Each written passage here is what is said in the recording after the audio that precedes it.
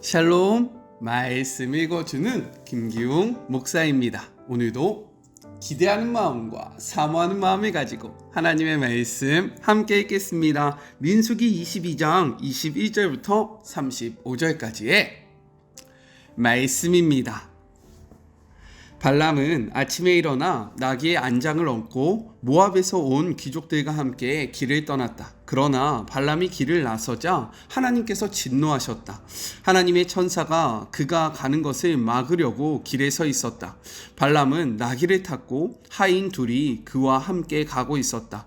나귀는 천사가 길을 막고 서서 칼을 휘두르는 것을 보자 급히 길에서 벗어나 도랑으로 뛰어들었다. 발람은 나귀를 때려 다시 길로 돌아오게 했다. 그러나 그들이 길 양옆으로 울타리가 세워진 포도밭 사이로 지나갈 때 나귀는 길을 막고선 하나님의 천사를 다시 보게 되었다. 나귀는 울타리 쪽으로 몸을 붙여 발람의 발이 울타리에 짓눌리게 했다. 그러자 발람이 다시 나귀를 때렸다. 하나님의 천사가 또다시 길을 막아섰다. 이번에는 길목이 매우 좁아서 오른쪽으로도 왼쪽으로도 빠져나갈 틈이 없었다. 발람의 나귀는 천사를 보자 그만 주저앉고 말았다. 발람은 화가 치밀어 지팡이로 나귀를 때렸다. 그때 하나님께서 나귀의 입을 열어주셨다. 나귀가 발람에게 말했다. 도대체 제가 당신께 무엇을 잘못했기에 저를 이렇게 3번씩이나 때리십니까? 발람이 말했다. 내가 나를 가지고 놀지 않았느냐? 내게 칼이 있었으면 벌써 너를 죽였을 것이다. 나귀가 발람에게 말했다. 이때까지 저는 여러 해 동안 당신의 충실한 나귀가 아니었습니까? 제가 전에 당신에게 이와 같은 짓을 한 적이 있습니까? 말씀해 보십시오. 그가 말했다. 없다. 그때 하나님께서 발람의 눈을 열어 상황을 보게 해주셨다. 그가 보니 하나님의 천사가 길을 막고 서서 칼을 휘두르고 있었다. 발람이 얼굴을 땅에 대고 엎드렸다. 하나님의 천사가 그에게 말했다. 너는 어째서 내 불쌍한 나귀를 이렇게 3번씩이나 때렸느냐? 내가 성급히 길을 나서기에 내가 너를 막으려고 왔다. 나귀가 나를 보고 내게서 3번이나 비켜났다. 그렇지 않았으면 내가 벌써 너를 죽이고 나귀는 살려서 풀어주었을 것이다. 발람이 하나님의 천사에게 말했다. 제가 잘못했습니다. 당신께서 저를 막으시려고 길에 서 계신 줄을 몰랐습니다. 제가 하려는 일을 기뻐하시지 않으시면 돌아가겠습니다. 하나님의 천사가 발람에게 말했다. 그들과 함께 가거라. 다만 내가 내게 일러주는 것만 말하여라. 다른 말을 절대로 해서는 안 된다. 그리하여 발람은 발락의 귀족들과 함께 갔다. 이것은 하나님의 말씀입니다. 오늘 말씀을 통해서 3가지를 함께 생각해 보았으면 좋겠습니다. 먼저 첫 번째, 하나님의 진노하심에 대해서 이야기를 하고 있어요. 하나님께서 발람이 모압 왕 발락에게 가서 선포하도록 허락하셨기에 발람은 아침 일찍 일어나서 길을 떠납니다. 그런데 그가 길을 떠났을 때요, 오늘 말씀을 보니까 하나님께서 진노하시면서 그를 죽이려고 하는 기록이 나타나고 있다라는 거예요. 우리 22절의 말씀을 같이 한번 읽어볼까요? 그가 감으로 말미암아 하나님이 진노하심으로 여호와의 사자가 그를 막으려고 길에 서니라. 발람은 자기 나귀를 탔고 그의 2 종은 그와 함께 있더니 라고 기록하고 있습니다. 그렇다면 왜 하나님은요 그에게 가라 라고 말씀하시고 그가 하나님의 말씀을 쫓아 나아갔을 때 진노하시고 그의 길을 막아섰을까? 우리는 그 이유를 생각해 봐야 합니다. 우리 20절을 같이 한번 읽어볼까요? 밤에 하나님이 발람에게 임하여 이르시되 그가 그 사람들이 너를 부르러 왔거든 일어나 함께 가라 라고 분명히 말씀하셨다라는 거예요. 그런데 그 뒤에 이어서 무엇이 기록되어 있습니까? 그러나 내가 내게 이르는 말만 준행할지니라 라고 말씀하고 계신다라는 거죠. 하나님은요 그를 보내면서 분명하게 선포하셨어요. 내가 너에게 하는 그 말만 해야 한다 라고 이야기하셨습니다.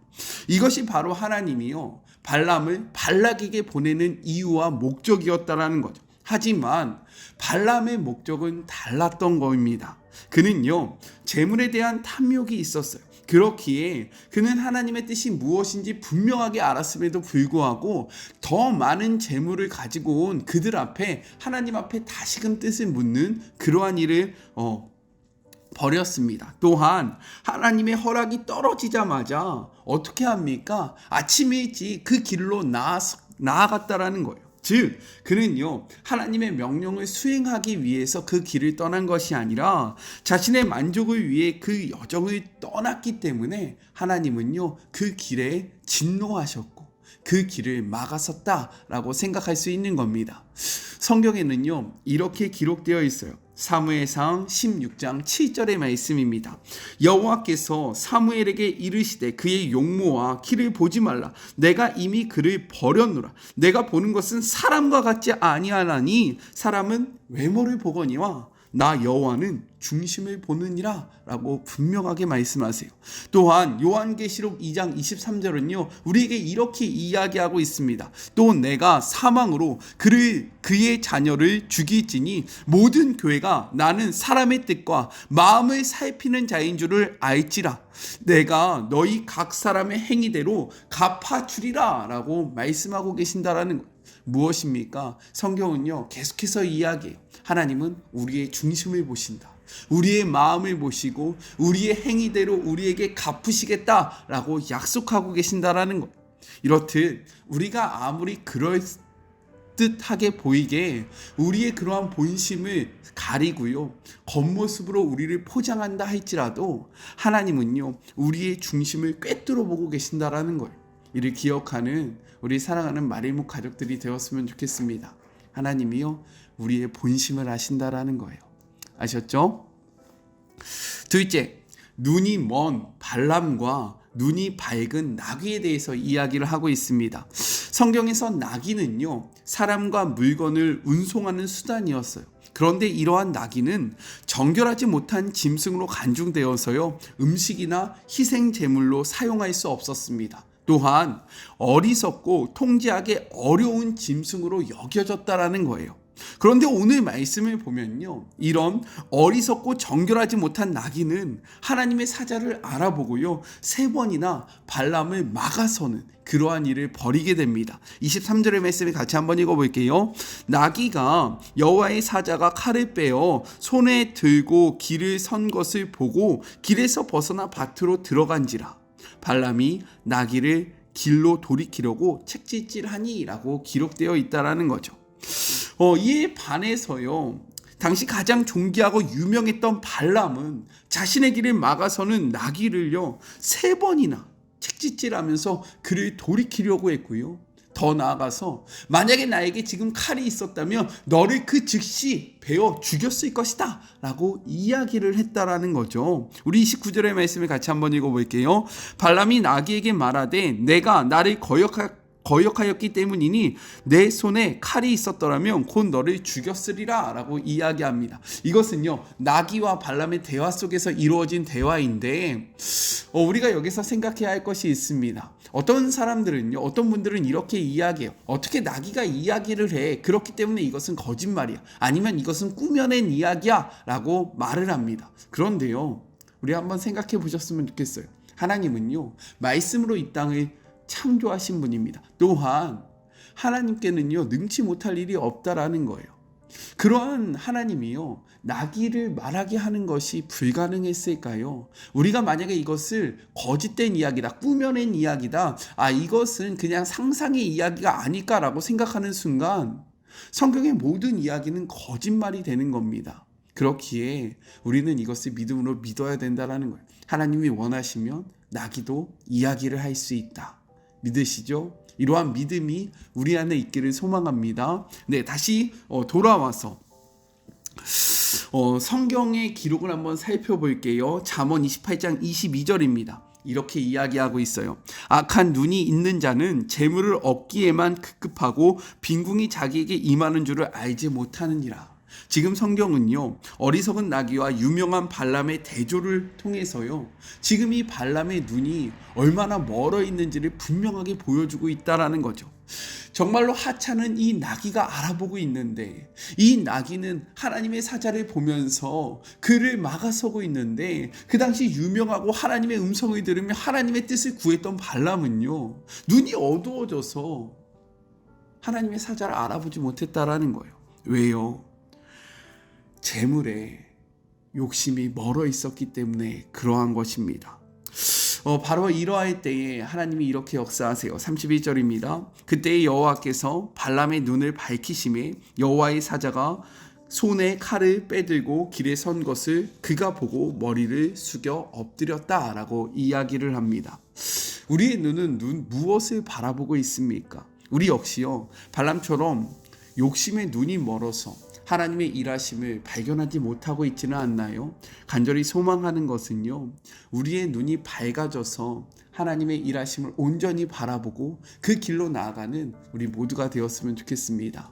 성경에서 눈은요, 우리의 영적인 상태를 의미하고 있는 거예요. 우리의 영이 깨어 있기를, 우리의 영이 정말로 하나님께 고정되어 있기를 간절히 소망합니다. 아셨죠? 화이팅! 마지막 셋째, 다시금 말씀하시는 하나님에 대해서 이야기를 하고 있어요. 눈이 멀었던 발람에게 하나님의 사자가 이야기를 합니다. 33절이에요. 나귀가 나를 보고 이같이 3번 돌이켜 내 앞에서 피하였느니라. 나귀가 만일 돌이켜 나를 피하지 아니하였더라면 내가 벌써 너를 죽이고 나귀는 살렸을 것이다 라고 말씀하십니다. 이 모든 상황을 알게 된 발람은요, 그 즉시로 내가 범죄하였나이다 라고 고백을 하고요, 더 나아가서 만약에 이 길을 하나님께서 원하시지 않는다면 내가 돌이키겠습니다 라고 이야기를 합니다. 그의 욕심으로 가려져 있던 눈이요, 다시금 하나님을 보게 되었고요, 그 욕망을 줬던 그의 삶이요, 다시금 돌이키게 되었다라는 거예요. 그러자 하나님이요, 다시금 말씀하세요. 35절의 말씀입니다. 여호와의 사자가 발람에게 이르되 그 사람들과 함께 가라. 내가 내게 이르는 말만 말할지니라. 발람이 발락의 고관들과 함께 가니라 라고 이야기를 합니다. 발람이 발락에게 가는 것은요, 많은 재물을 얻기 위함이었습니다. 하지만 하나님의 뜻은 거기에 있지 않았다라는 거예요. 하나님이 발람을 발락에게 보내신 것은요, 하나님이 발람을 통해서 발락에게 하시고자 하는 말씀이 있었다라는 거죠. 하나님은 이를 분명하게 하시기 위해서 재물을 향한 욕망으로 나아가는 발람을 나귀를 통해서 멈추시고 발락에게 가는 목적을 다시금 분명하게 말씀하시는 거예요. 그것이 무엇입니까? 내가 내게 이르는 말만 말할지니라. 저는요, 우리들의 삶이 이렇게 되었으면 좋겠어요.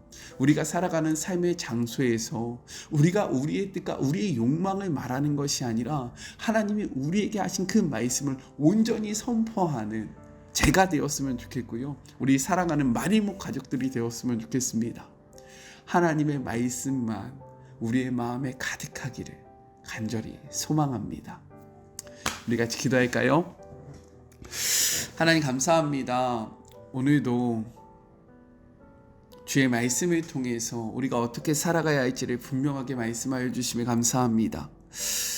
당시 유명했던 발람은 재물에 눈이 멀어서요, 하나님의 뜻을 알지 못했습니다. 욕심에 눈이 멀어서요, 주님을 바라보지 못했어요.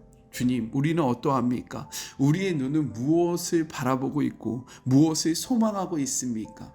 하나님, 우리가 발람이지 않기를 소망하오나 사실 우리의 삶의 모습을 돌아보면 우리가 발람처럼 살아갈 때가 너무나도 많습니다. 이 말씀 앞에 다시금 멈춰서서 주님을 바라보기를 소망하오니 주님, 우리와 동행하여 주시고 함께하여 주시옵소서. 우리의 삶 속에서 오직 하나님의 말씀만 선포하는 주의 모든 자녀들이 되기를 소망하오니 먼저는 주의 아들을 축복하여 주시고 주의 아들을 붙잡아 주셔서 하나님의 온전하신 말씀만 바르게 선포하는 주의 아들 되게 하여 주시며, 우리 사랑하는 마리모 가족들도 우리가 살아가는 그 삶의 자리에서 우리의 욕심과 우리의 욕망으로 나아가는 것이 아니라 하나님의 온전하신 말씀을 쫓아 나아가는 주의 모든 자녀들 되게 하여 주시옵소서. 함께 하실 주님을 기대하며 거룩하신 예수님의 이름으로 간절히 기도드립니다. 아멘. 하나님이 우리에게 하신 말씀을 우리가 살아가는 그곳에서 온전히 선포하는 주의 모든 자녀들이 되었으면 좋겠습니다. 내일은 어린이날인데요. 그럼에도 불구하고 우리 같이 묵상해요. 묵상하고 또 우리의 삶을 즐기는, 누리는, 사랑하는 주의 모든 자녀들이 됩시다. 아셨죠? 저는요 또 내일 만나도록 할게요. 사랑하고 주님의 이름으로 축복하면서 오늘 하루도 힘내세요. 우리 내일 만나요. 안녕. 오늘도 수고하셨습니다.